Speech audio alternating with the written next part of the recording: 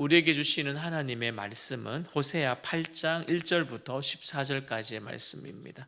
구약성경 1263쪽입니다. 함께 읽겠습니다. 나팔을 내 입에 댈지어다. 원수가 독수리처럼 여호와의 집에 덮치리니 이는 그들이 내 언약을 어기며 내 율법을 범함이로다. 그들이 장차 내게 부르짖기를 나의 하나님이여 우리 이스라엘이 주를 아나이다 하리라. 이스라엘이 이미 선을 버렸으니 원수가 그를 따를 것이라. 그들이 왕들을 세웠으나 내게서 난 것이 아니며 그들이 지도자들을 세웠으나 내가 모르는 바이며 그들이 또 그 금으로 자기를 위하여 우상을 만들었나니 결국은 파괴되고 말리라. 사마리아여 내 송아지는 버려졌느니라. 내 진노가 무리를 향하여 타오르나니 그들이 어느 때에야 무죄하겠느냐. 이것은 이스라엘에서 나고 장인이 만든 것이라. 참 신이 아니니 사마리아의 송아지가 산산조각이 나리라. 그들이 바람을 심고 광풍을 거둘 것이라. 심은 것이 줄기가 없으며 이삭은 열매를 맺지 못할 것이요 혹 맺을지라도 이방 사람이 삼키리라.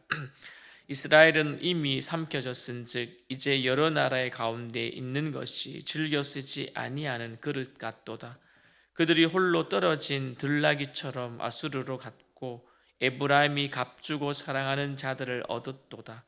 그들이 여러 나라에게 값을 주었을지라도 이제 내가 그들을 모으리니 그들은 지도자의 임금이 지워준 짐으로 말미암아 세하기 시작하리라. 에브라임은 죄를 위하여 제단을 많이 만들더니 그 제단이 그에게 범죄하게 하는 것이 되었도다. 내가 그를 위하여 내 율법을 만 가지로 기록하였으나 그들은 이상한 것으로 여기도다. 그들이 내게 고기를 제물로 드리고 먹을지라도 여호와는 그것을 기뻐하지 아니하고 이제 그들의 죄악을 기억하여 그 죄를 벌하리니 그들은 애굽으로 다시 가리라. 이스라엘은 자기를 지으신 이를 잊어버리고 왕들을 세웠으며 유다는 견고한 성읍을 많이 쌓았으나 내가 그 성읍들을 불을 보내어 그 성들을 삼키게 하리라. 아멘. 오늘 보시면 호세아 선지자는 지금까지 이스라엘의 죄를 낱낱이 고발했습니다.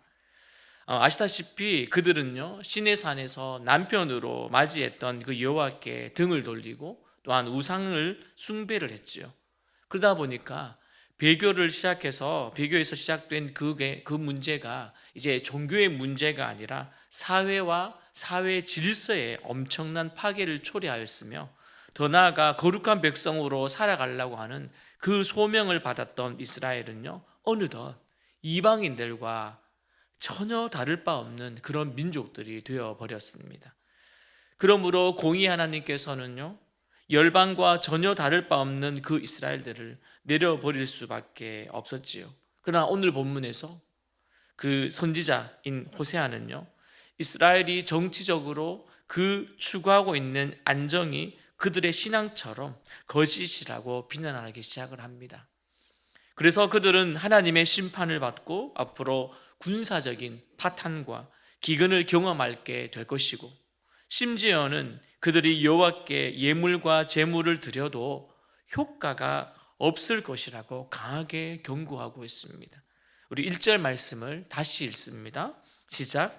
나팔을 내 입에 댈지어다. 원수가 독수리처럼 여호와의 집에 덮치리니 이는 그들이 내 언약을 어기며 내 율법을 범함이로다. 아멘. 여러분 상반절 의미를 보시면 이렇게 기록되어 있죠. 나팔을 내 입에 댈지어다. 원수가 어떻게 온다고요? 독수리처럼 여호와의 집에 덮치리니. 여러분 적군에 침략하여서 여호와의 집을 파괴할 것이다 라는 그런 선언 아닙니까? 이 선언하는 예언으로 우리 해석할 수 있는데 당시의 배경을 보면요 독수리나 매는 부정한 새들로 대표적으로 여겼답니다. 그러니까 부정한 새들의 대표가 독수리나 매였다라는 것이죠. 그러니까 이 새들이 생각해 보십시오. 이 새들이 성전 위에서 이렇게 앉거나 맴도는 경우에 여러분 흉조로 여겨서 그 제사장들은 트럼펫을 불어서 때로는 불을 지펴서 그 새들을 쫓아냈다고 합니다. 요즘 여러분 비둘기 많이 보시죠? 때로는 까마귀도 많이 보게 됩니다. 마침 그 당시에 독수리 매는요 이렇게 흉조다, 부정한 것으로 생각했기 때문에 제사장들은요 이렇게 했다는 것이죠. 여기서 우리는 인사이트를 얻을 수가 있습니다. 여러분 부정한 새가 성전에 맴돌 때 그 사실을 알려서 모든 제사장들이 어떻게 합니까? 하던 일을 중단하고 힘을 모아 쫓아냈던 것처럼 사람들에게 이스라엘의 부정함에 대해서 알리라는 것입니다. 이미 여러분 호세아는 4장과 6장에 언급된 것처럼 이스라엘이 여호와를 버렸으니 당연한 결과라고 이렇게 이야기를 했습니다만은 오늘 본문의 내용에서도 동일하게 또 예언을 하더라고요. 이야기를 합니다. 3절에 보십시오. 어떻게 말합니까? 이미 무엇을 버렸다고요? 선을 버렸으니 라고 되어 있습니다. 선. 여러분 그러면 선이 무엇인지를 우리가 알아야 되잖아요. 호세아의 말을 생각해 보면 선은 분명히 언약을 지키고 그리고 율법을 준수하는 것을 뜻한다고 생각을 합니다. 그러니 이것을 버렸다는 것이죠.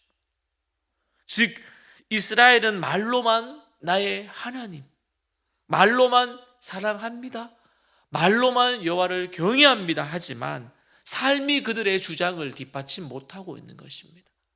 여기서 여러분 뜨끔하지 않으십니까? 저와 여러분은 어떻습니까?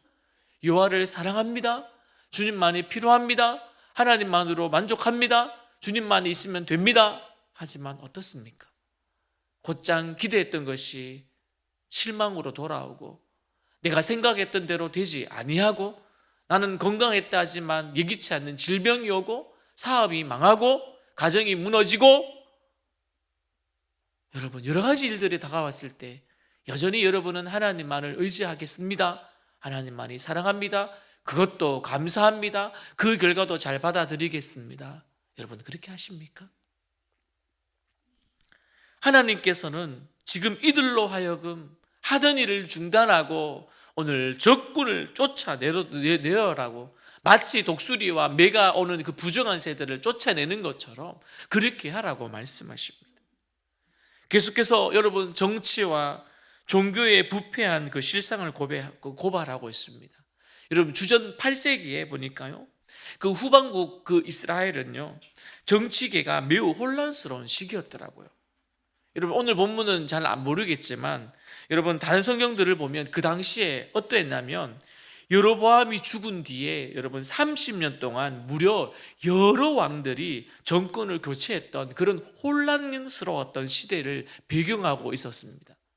정확하게 말하면 6명, 7명이라 하는데요, 이처럼 30년 동안 여러분 6명, 7명의 왕들이 바뀌었다 생각해 보십시오.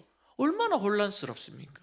그 가운데는요 스스로 죽은 사람보다는 누구에게 죽임을 당하는 그런 왕들도 많았고요. 그러니까 얼마나 혼란스러웠을까요? 그러니 이스라엘은 하나님과 뜻과 상관없이 9번이나 왕들과 방백들을 세웠습니다. 여러분 그 중에는요 적법한 과정으로 거친 사람들은 아무도 없었더라고요. 그래서 실전에서 당시 속담을 인용하여서 여러분 피할 수 없는 결과를 이렇게 전하고 있습니다. 여러분 7절 말씀 보십시오. 시작.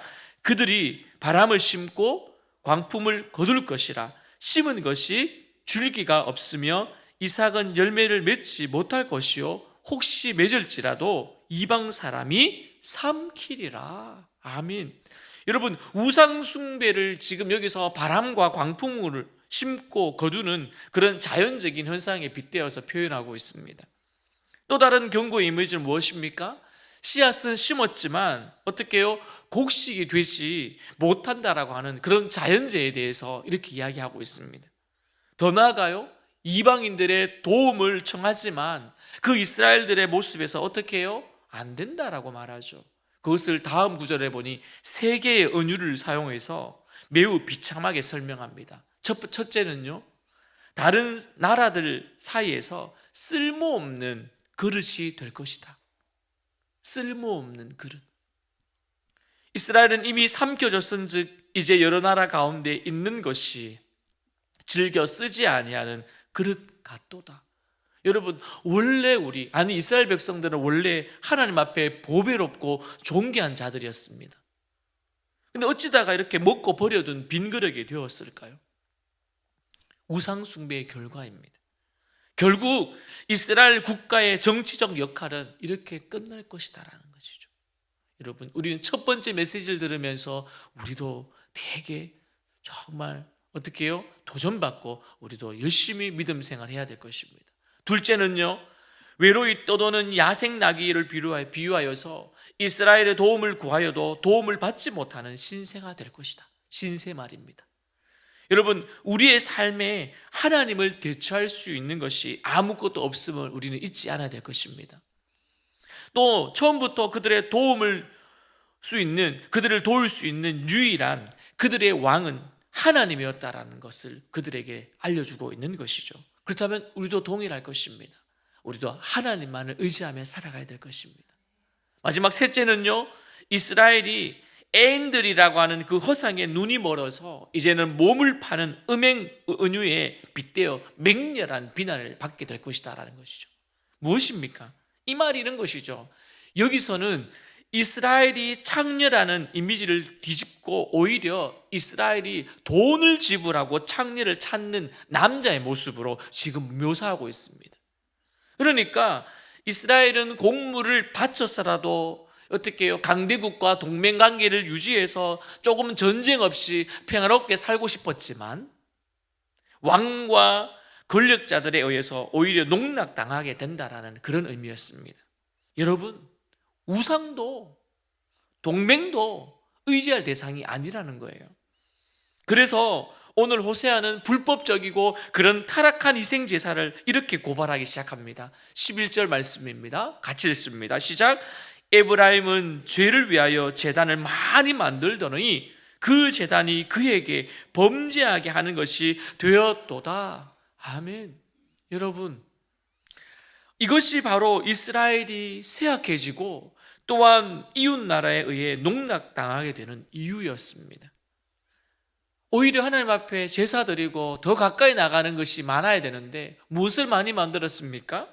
제단을 많이 만들었습니다. 제단을 많이 만들면 되는 줄 알았습니다. 그러나 아니었습니다. 오히려 아니었습니다. 우리는 오늘 이 세 가지의 은유를 통해서 우리는 알아야 될 것입니다. 어긋난 길로 가지 않도록 우리에게 주신 하나님의 말씀, 그 율법 어떻게 해야 합니까? 준수하고 지켜야 될 것입니다. 또한 외부적인 도움을 받을 때도 필요하지만 우리가 외부적인 도움보다 진정한 도움을 제공하는 그 하나님을 우리는 의지하며 살아야 될 것입니다. 오늘 여러분들에게 도움이 필요합니까? 또 여러분들에게 어떠한 해결해야 되는 문제들이 있다면 오늘 하나님을 바라보십시오. 하나님을 의지하십시오. 오늘도 주의 말씀이 발의 등이 되고요, 내 길에 빛이 되어서 캄캄한 인생길을 환히 비추어 가게 하실 것입니다. 또한 걸어가도 피곤치 않게 하실 것입니다. 또한 주의 날개 안에 그들의 안에 있으면 우리는 안전할 것입니다. 오늘도 이 하루 그 길을 기쁨으로 행진하는 저와 여러분이 되어지기를 주님의 이름으로 축원드립니다.